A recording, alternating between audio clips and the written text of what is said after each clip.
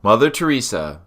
Mother Teresa was born Agnes Ganja Boiagiu in Skopje, now the capital of Macedonia, Ottoman Empire. Her parents, Nicola and Dranophile Boiagiu, were devout Catholics. Her father passed away when she was about 8 years old. Her father's death had a major impact on their family, both emotionally and financially. Agnes's religious beliefs strengthened in the Jesuit parish of the Sacred Heart, where she was very involved. At age 18, she moved to Ireland and joined the Institute of the Blessed Virgin Mary, known as the Sisters of Loreto. She received the name Sister Mary Teresa after Saint Therese of Lisieux. In December 1928, Sister Teresa left Ireland. She arrived in Calcutta, now called Kolkata, on January 6, 1929, and taught at a school for girls. On May 24, 1937, Sister Teresa made her final profession of vows, becoming, as she said, the spouse of Jesus for all eternity. From that moment on, she was known as Mother Teresa. Mother Teresa experienced the call within a call. She was going from Calcutta to the Himalayan foothills for a retreat when she claimed Christ spoke to her and explained that she must abandon teaching. Christ then told her to go to Calcutta to serve the poorest, most disadvantaged, and sickest people in the slums of Calcutta. When I read this, I was skeptical of her being chosen among billions of people on the planet. But however she got there, she was helping poor people. Wasn't she? Please tell Jesus to stop kissing me. In 2008, Hemley Gonzalez, a migrant from Cuba living in Miami, running a real estate business, became inspired after reading a biography of Mother Teresa. He went to Kolkata to serve at Nirmal Hriday, a home for the dying run by the Mother Teresa's Missionaries of Charity. He stayed for 2 months. It was a scene out of a World War II concentration camp, Gonzalez recalls. I was shocked to see the negligence. Needles were washed in cold water and reused, and expired medicines were given to the inmates. There were people who had a chance to live if given proper care. When Gonzalez tried to suggest improvements, such as a water heater, he was denied. "We don't do that here. This is the way Jesus wants it," he was told. Why would this world-famous charity mission, dedicated to caring for the poor, keep people in these conditions? I had to know. I watched a video by Penn Jillette and Teller featuring Dr. Arup Chatterjee, a British Indian author born in Kolkata. He has done research on Mother Teresa for more than 25 years and is the author of the book Mother Teresa, The Untold Story. Penn and Teller showed footage from Mother Teresa's home for the dying in Kolkata. People were living in small hammocks, suffering in horrific conditions. Dr. Chatterjee described it. There is a communal toilet that people have to defecate in the presence of each other. They are not allowed visits from their friends or relatives. Very strange. They have to lie in the bed or sit in the bed consistently. I had thought that Mother Teresa was there to help relieve poverty and suffering. Instead, I was appalled to learn that she praised poverty and believed that suffering was a way to get closer to Jesus.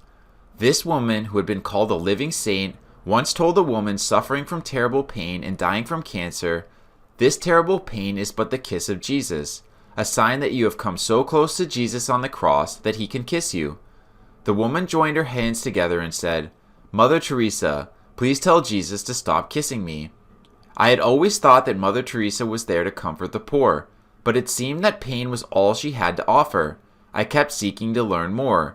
In the early hours of December 3, 1984, poisonous gas leaked in news from a pesticide plant owned by the chemical company Union Carbide in the Indian city of Bhopal. The toxic gas stayed low to the ground, seeping into the eyes of victims, burning their throats, killing thousands, and leaving more than 500,000 people with serious, long-term health problems. After this horrific tragedy occurred, Mother Teresa went to Bhopal. Mother Teresa arrived at this scene and announced, "Forgive, forgive," to the suffering victims. She repeated herself, then vanished from the scene of the worst industrial disaster in history. If Mother Teresa were a saint, she would have been doing everything she could to help. She could have provided food, water, and shelter for the victims. The Missionaries of Charity had a small home in Bhopal that could have helped. Be that as it may, they did practically nothing. Mother Teresa did visit patients in clinics, and she offered her prayers and blossoms while posturing for the global media. Mother Teresa once said that when she was in trouble she would cling to Christ, because he is the only answer. Thousands of people perished, and hundreds of thousands continue to have serious long-term health problems from the gas explosion in Bhopal. The water is still contaminated in Bhopal, and people continue to have sick and deformed children. Her clinging to Christ has not changed that. Could it be that this famous charity simply did not have the means to help? That Teresa's vows of poverty meant that her charity did not have money? I soon learned that it had more than enough. Mother was very concerned that we preserve our spirit of poverty. Gianluigi Nuzzi, Italian television host, journalist, and best-selling author, had access to documents revealing Mother Teresa's secret account at the IOR, short for Istituto per la Opera di Religione, Institute for the Works of Religion, commonly known as the Vatican Bank. In Nuzzi's book, The Original Sin, he confirms that Mother Teresa was believed to have by far the most cashed-up account at the Vatican Bank. Nuzzi writes, "The balance remains one of the best-kept secrets at IOR." He adds, "If only Mother Teresa had closed the accounts or transferred them, the institution would have risked default." How could this be? An article by Susan Shields gave me more answers. Susan Shields served as a Missionaries of Charity sister for almost 10 years as Sister Virgin at the houses in San Francisco, Rome, and New York. Her job was to record donations to the Missionaries of Charity and write the thank you letters. She recalls how it was. The money arrived at a frantic rate. The mail carrier often delivered the letters in sacks. We wrote receipts for checks of $50,000 and more on a regular basis. Sometimes a donor would call up and ask if we had received his check, expecting us to remember it readily because it was so large. How could we say that we could not recall it because we had received so many that were even larger? When Mother spoke publicly, she never asked for money, but she did encourage people to make sacrifices for the poor, to give until it hurts. Many people did, and they gave it to her. We received touching letters from people, sometimes apparently poor themselves, who were making sacrifices to send us a little money for the starving people in Africa, the flood victims in Bangladesh, or the poor children in India. Most of the money sat in our bank accounts. Our bank account was already the size of a great fortune and increased with every postal service delivery. Around 50 million had collected in one checking account in the Bronx. For years I had to write thousands of letters to donors, telling them that their entire gift would be used to bring God's loving compassion to the poorest of the poor. I was able to keep my complaining conscience in check because we had been taught that the Holy Spirit was guiding Mother. But how was it guiding her? What did Mother Teresa believe the Holy Spirit was telling her to do? Just as she believed that suffering was the kiss of Jesus, she believed that God wanted her, her missionaries, and all the people she served to be poor. Even if they had uncountable millions, they were still to have a spirit of poverty. The donations rolled in and were deposited in the bank, but they had no effect on our aesthetic lives and very little effect on the lives of the poor we were trying to help. Mother was very concerned that we preserve our spirit of poverty. Spending money would destroy that poverty. It was not that she didn't want to receive money. Mother Teresa believed and told people the Lord was sending money to her. Money, I never think of it. It always comes. The Lord sends it. We do His work. He provides the means. If He does not give us the means, that shows He does not want the work. She wanted the money as a sign from God. She wanted people to give. But she didn't want to spend the money. She didn't want to give it to others. She wanted everyone to be in poverty. I remember the children starving outside of Catholic churches in the Philippines, and I realized that this is what the Catholic Church wanted. But when this woman who told her followers that suffering is the kiss of Jesus became ill herself, she received first-class medical treatment. In 1991, Mother Teresa went to Scripps Hospital in San Diego, where Dr. Paul Tierstein, recognized worldwide as a leader in interventional cardiology, performed a life-saving operation. Why did Mother Teresa not want to come closer to Jesus through suffering? Ask yourself what Jesus would do. I wondered where Mother Teresa's true definition of the Lord's money was truthfully coming from. On further research, I learned she was accepting money from criminals.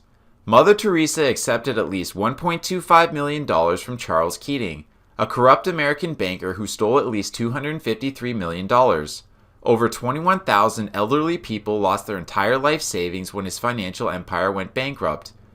Bill Donahue, the president of the Catholic League for Religious and Civil Rights, knew that Teresa accepted money from Charles Keating, and his response was, when she got the money from Charles Keating, he hadn't been indicted about anything. He hadn't even been accused of anything. So what was she supposed to do? The money was already spent by the time that they found out that this guy was a crook.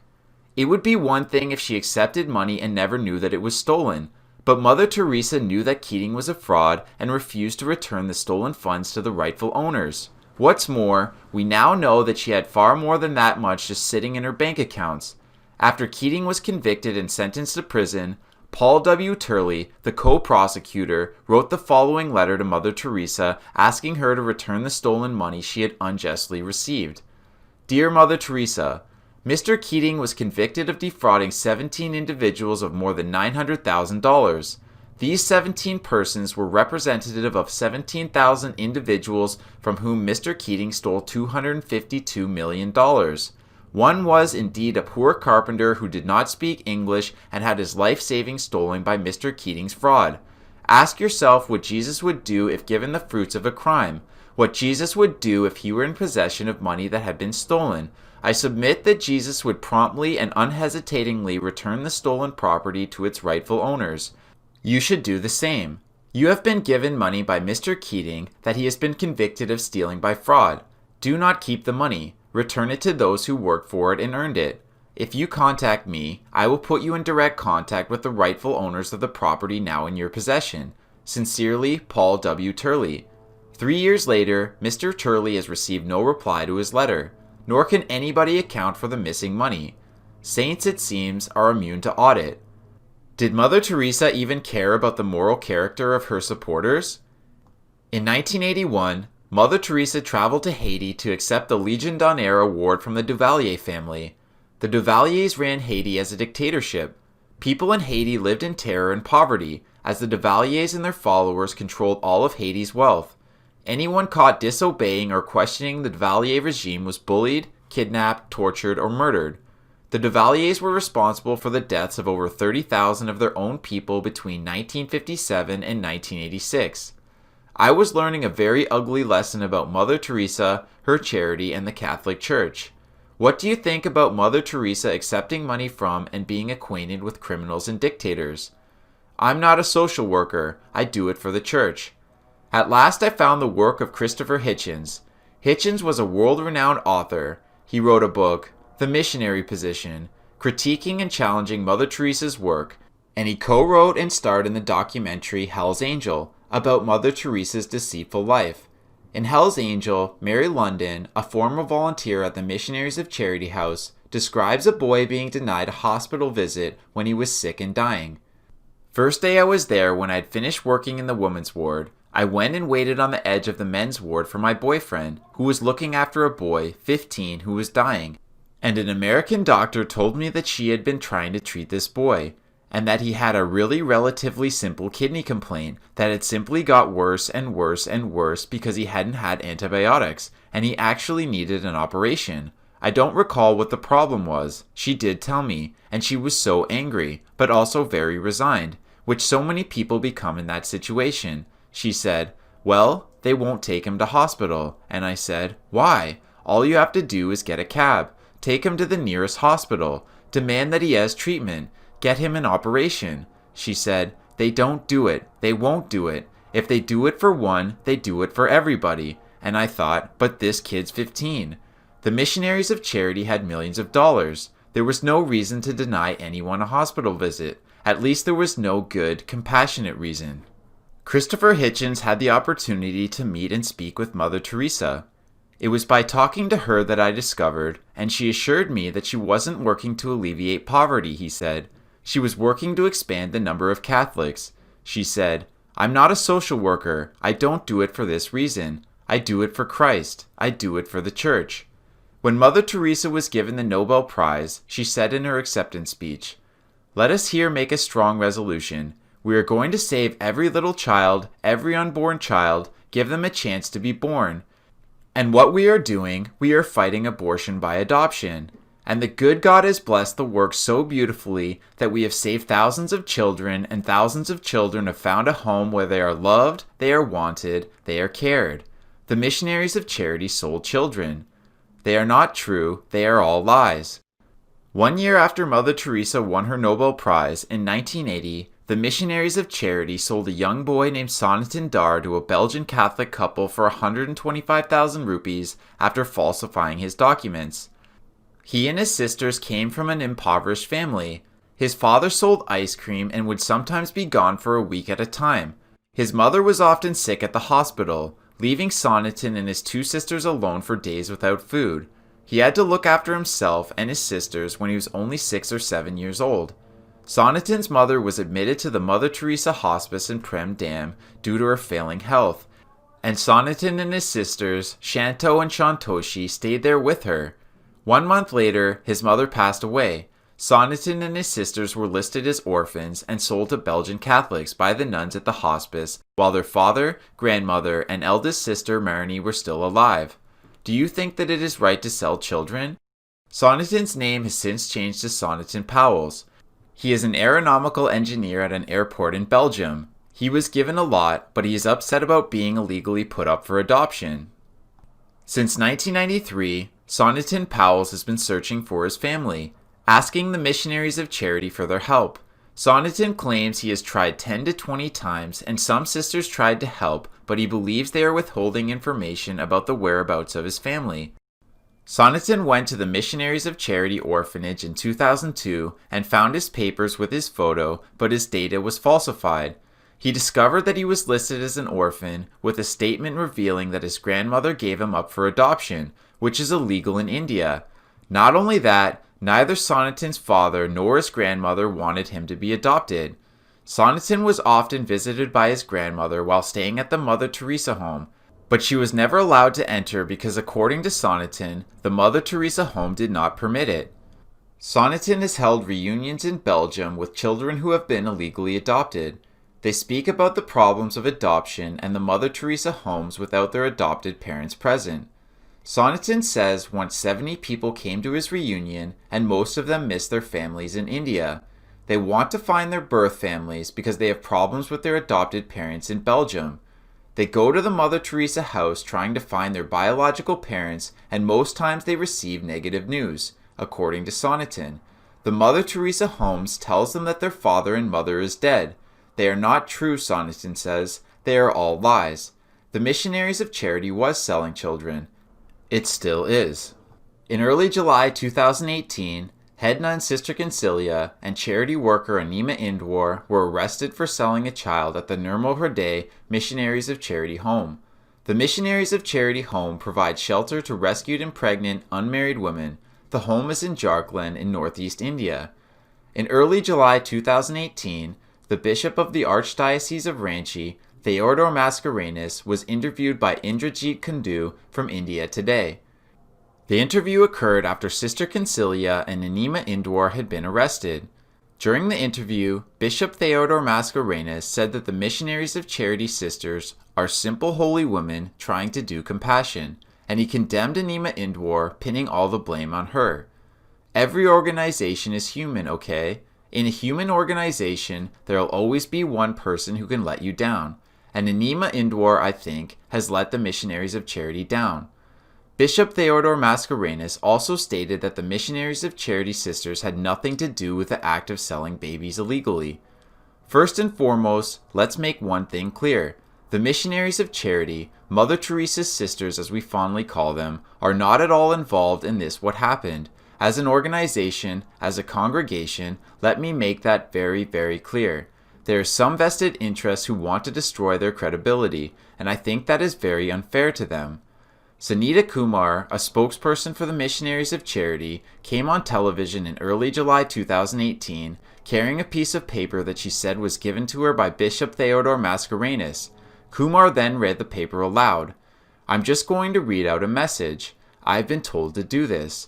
Bishop Theodore Mascarenhas, who's from Delhi and Secretary CBCI, has made a statement. This is a deliberate attempt to malign one of the world's and India's most loved institutions. Mother Teresa's Missionaries of Charity, the truth will come out. Kumar then repeats herself by saying, I've been told to just do this. She then says, I'm not allowed to say another word. The fact that Sunita Kumar, the spokesperson for the Missionaries of Charity, was not permitted to speak on NDTV is very strange. Why do you think Bishop Theodore Mascarenhas gave Sunita Kumar a piece of paper with instructions telling her what to say? Why do you think Sunita Kumar was not given permission to speak for herself on television? The truth did come out. The Jharkhand police released a video of Sister Consilia confessing that she sold multiple children, and she also confessed to giving another baby away for free. The video was recorded in Hindi and was translated to English. Sister Consilia: only me, Karishma, and Anima knew about this. Police officer: so you 3 people were involved in this sale? Say something. Police officer: how many more kids have you sold? Sister Consilia: 2 more. Police officer: where did you sell them? Sister Consilia: where? I don't know the addresses. Police officer: who knows them then? Sister Consilia: I need to look at the files. Police officer: so you sold 3 babies, or were there 4? Sister Consilia: we gave 1 kid away without taking any money. Police officer: and? Sister Consilia: that's all. In a separate video that was released, Miss Indore was interviewed by a police officer, and she also confessed to illegally selling children. Police officer: where do you live? Anima Indore: Naxaso Pura. Police officer: where do you work? Anima Indore: Missionaries of Charity. Police officer: how many kids have you sold? Anima Indore: 3. Police officer: where? Anima Indore: Morabadi, Kanatoli. Police officer: and Simdega? Anima Indore: that one we gave away for free. Police officer: the one that you sold in UP, Uttar Pradesh, how much did you charge for him? Anima Indore: 1,20,000 rupees, $1,700 US. Police officer: who gave you the money? Anima Indore: the buyer himself. Police officer: who was the middleman? Anima Indore: the guard. Police officer: who else was involved? Anima Indore: no one else, just me, the girl, and the guard.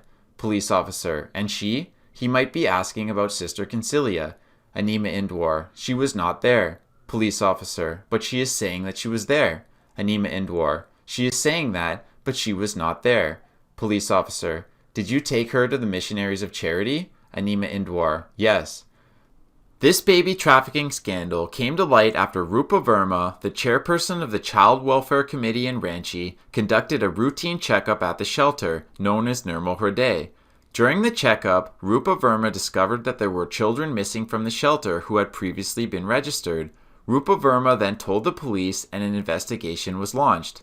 Miss Indore had been looking after an infant boy, and she knew that his biological mother, Karishma Topo, did not want to keep him. Miss Indore then discovered a childless couple from Uttar Pradesh in North India who was seeking adoption. She offered to sell him for 1,20,000 rupees, $1,700 US, and the couple accepted her offer. When Rupa Verma began asking questions as to why there were children missing at the shelter, Anima Indore panicked and contacted the couple whom she had previously sold the child to. She then requested that the couple should return to the home to complete certain formalities. When they arrived, Anima Indore took the infant child away from them. She then returned the boy to Karishma Topo, his biological mother, without telling the couple who had illegally adopted him. The couple then complained to the Child Welfare Committee, and Rupa Verma confronted Anima Indore. During the confrontation, Anima Indore admitted that she had illegally sold 4 children at the shelter. 1 child was sold for $750 US. The police have now rescued all 3 babies who were sold, as well as the 1 baby who was given away for free by Sister Consilia and Anima Indore. Anima Indore and Sister Consilia are both still in jail, and Sister Consilia was recently denied bail. Mother Teresa kept people in destitution at her Missionaries of Charity homes while accepting millions of dollars from donors, including criminals. Her blind faith led her to cling to Christ during the worst industrial disaster in history, in Bhopal, while she had the most cash-heavy account in the Vatican Bank. She had no significant impact on the poor of the city. She was responsible for creating a negative image of the city. As a Calcuttan, I feel totally disgusted by it, said Bikash Ranjan Bhattacharya, who served as mayor of Kolkata from 2005 to 2010. Meanwhile, Mother Teresa, the former living saint, is now an actual saint, at least in the eyes of the Catholic Church. To become a saint in the Catholic Church, you need to die first, of course. Then you need to perform 2 miracles, and the Church has to verify them. This usually takes a long time, starting with a waiting period of several years after death. But Pope John Paul II allowed Mother Teresa to be fast-tracked. She died on September 5, 1997. She was beatified, the first official step, on October 19, 2003. Less than 20 years after her death, on September 4, 2016, she was canonized as a saint in front of huge crowds at the Vatican. This miracle is a hoax. The first miracle attributed to Mother Teresa, the one that gave justification to her being beatified, was the healing of a tumor in a woman in India. Monica Bezra from Dangram, India, was suffering from excruciating pain in her abdomen.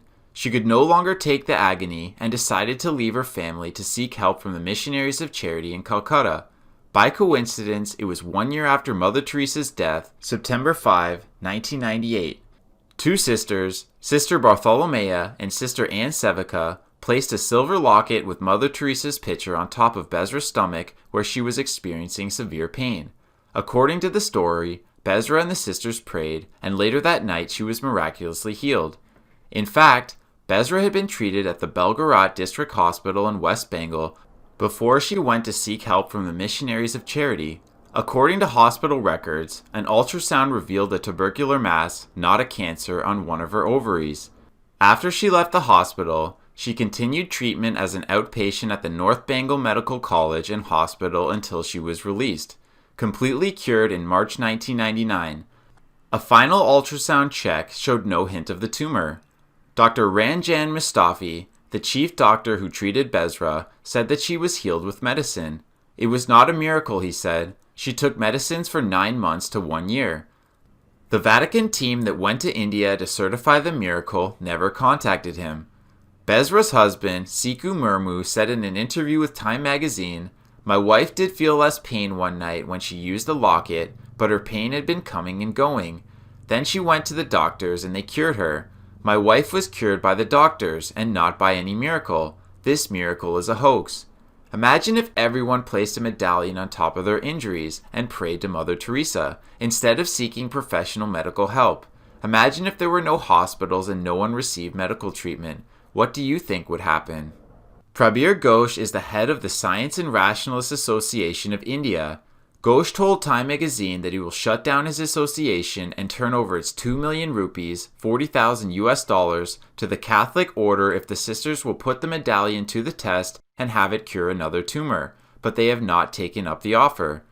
Why would Mother Teresa pick Monica Bezra and her alone to be healed when there are children and families who are suffering throughout the world? The answer, as I saw it, was that the Catholic Church wanted a saint and found an excuse. Before the Catholic Church could declare Mother Teresa a saint, however, it still needed her to perform a second miracle. This she is said to have done by curing Marcilio Haddad Andrino, an engineer from Santos, Brazil, of 8 abscesses and hydrocephalus, an accumulation of cerebrospinal fluid in the brain, in early December 2008. Why would deceased Mother Teresa step in and select Andrino to be cured of his 8 abscesses and no one else of anything else when there is so much suffering in the world? Surely it couldn't have anything to do with the percentage of Catholics in Brazil having fallen from 85 to 63% over the past 20 years. Becoming a saint in the Catholic Church is a costly and time-consuming process. To simply open a case for beatification costs €50,000, supplemented by the €15,000 in actual operating costs. This amount covers the rights of the Holy See and the hefty compensation of the expert theologians, physicians, and bishops who examine the cause. After adding the costs of the researcher's time, the drafting of the candidate's positio, a kind of resume of all of his or her works, and finally the work of the postulator, the amount skyrockets. The average price tag comes to about €500,000. Meanwhile, poor children go without schools, sick people go without hospitals, and millions of people are in desperate need of food and shelter. Do you think this is the best way to use money, time, and resources? Perhaps the greatest irony of all is that Mother Teresa had doubts about God's existence. This saint who told others to live in faith through their personal connection to God had lost her own sense of connection for long periods of her life. Blind Faith.